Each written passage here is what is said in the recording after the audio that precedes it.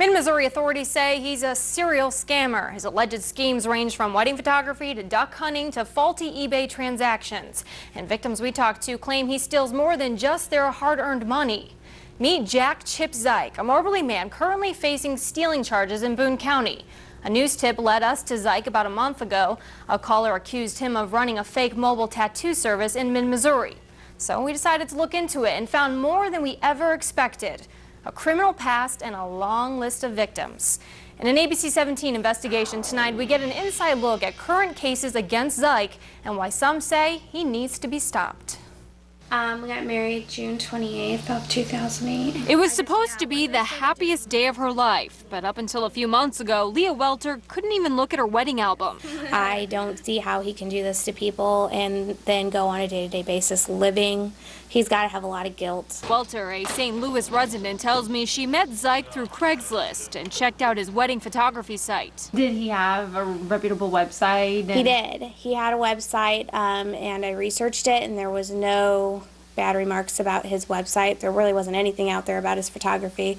So kind of took that as maybe he would be okay. So she signed a contract with him to photograph her 2008 wedding for $450. On the big day, she says Zike never showed. So these were all taken by other people? These were all taken by other people.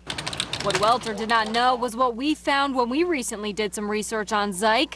Convictions on 20 criminal charges since 1996 in 5 Missouri counties. 6 arrests by Columbia Police for 23 offenses during that time, 1 prison stay with the state, and 3 current criminal cases pending in Boone, Lafayette, and Ray counties. As for Welter, she says she never got her money back, and no charges have ever been filed in her case. Within probably a month, I kept calling him, never received money from him, he wouldn't answer his phone. Then his voicemail changed from being Zike photography to being pure nasty game calls, which has to do with duck hunting. See it? Ron McCord from Columbia is an avid duck hunter. A friend of mine had told me about this place he saw online.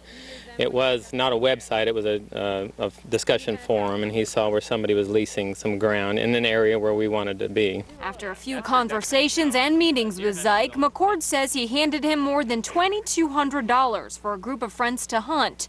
But then McCord did some research. The more questions we asked, the less answers that we liked. McCord came across websites like I found, calling Zike a fraud. Even the day when I called him, I said, hey, look, it's not looking good. We're a little uncomfortable with this. I'd like to get my money back. He said, okay, I'll meet you in town. Let's at 1:30, he said. Well, he wasn't where he's supposed to be at 1:30. McCord was out the money, so he called Columbia Police. We caught up with Detective Jeff Nichols, who handled the case. I felt like that there was enough information that he should file a police report. And so once he did that, and the word began to spread to other people who had also conducted business with Mr. Zike, they too then came forward and started making complaints. In fact, Columbia Police have had dozens of theft reports against Zike, some outside of CPD's jurisdiction and some even outside the state. Columbia Police say the total loss is in the ballpark of $25,000, and the latest complaint came just 2 months ago.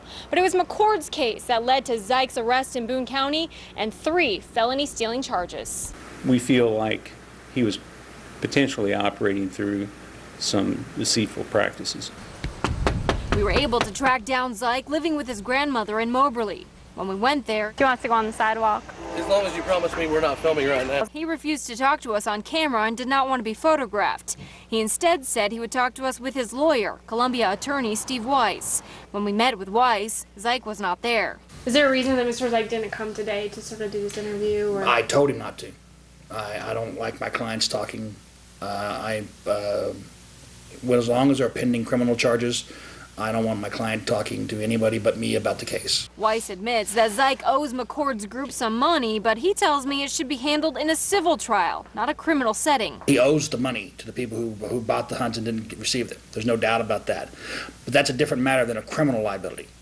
There was no intent to defraud or steal when these hunts were sold. Weiss blames Zike's business partners for the deals gone bad. It's those partners that Zike blames for the McCord and Welter incidents as well.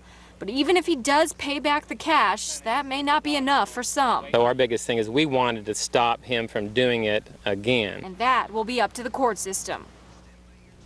A trial date is waiting to be set in the Boone County case, and Zike is due in court in October and again at the end of the year for his other cases. We'll continue to follow this story for you.